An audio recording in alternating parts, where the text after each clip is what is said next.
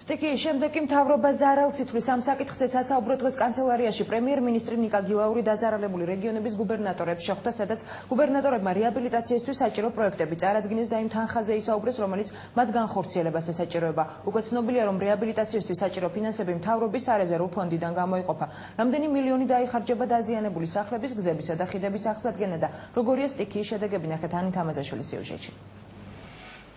ქვემო ქართლის, შიდა ქართლი, მცხეთა, თიანეთი, კახეთი, იმერეთი. ეს ის რეგიონებია, რომელიც სტიქიის შედეგად ყველაზე მეტად დაზარალდა. რიკოზე ჩამოწოლილმა მეწყერმა კი 6 ადამიანი შეიწირა. დანგრეული 1500-ზე მეტი სახლი, ხიდები და დასავლეთთან დამაკავშირებელი ქვეყნის მთავარი მაგისტრალი. მთავრობა ზარალს ითვლის. დღეს პრემიერ-მინისტრი ნიკა გილაური დაზარალებული რეგიონის გუბერნატორებს შეხვდა. დახურული შეხვედრის შემდეგ კი ცნობილი გახდა, რომ ინფრასტრუქტურის აღსადგენად შიდა ქართლს 500.000, ქვემო ქართლს 2 მილიონი, მცხეთა თიანეთს კი 700.000 ლარი გამოეყოფათ.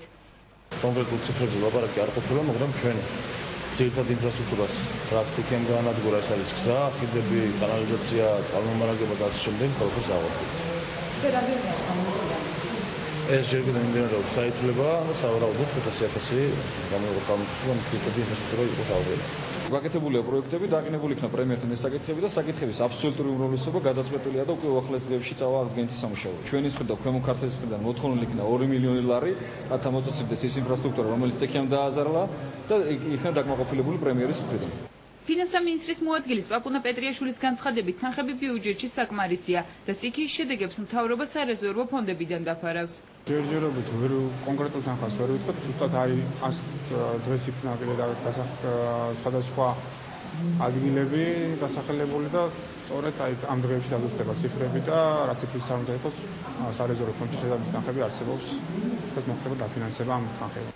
უკვე აღდგენილია ელექტროენერგია სურამსა და ხაშურში. სხვა რეგიონებში კი ამ საკითხზე ინტენსიური მუშაობა მიმდინარეობს. ენერგეტიკის მინისტრის განცხადებით, უახლოეს პერიოდში აღდგება ბუნებრივი აირის მიწოდებაც. სხვაგან სადაც არის ელექტრომომარაგებაში შეკავებები, ენერგეტიკო ჯორჯია საკმაოდ აქტიურად მუშაობს და ჩქარა იმისთვის, რომ დღის ბოლოს ხვალ პერმანენტულ რეჟიმში მოახდინოს ყველა იმ დაზიანების აღმოფხვრა, რაც არის დაზიანებული ამ სტიქიური ობიექტების შედეგად. ჯერჯერობით უცნობია ზარელის სრული ოდენობა. ცნობილია მხოლოდ რიკოთის გზის რეაბილიტაციის ხარჯები. მთავრობა დასავლეთთან დამაკავშირებელი მთავარი მაგისტრალის აღსადგენად 14 მილიონს გამოყოფს.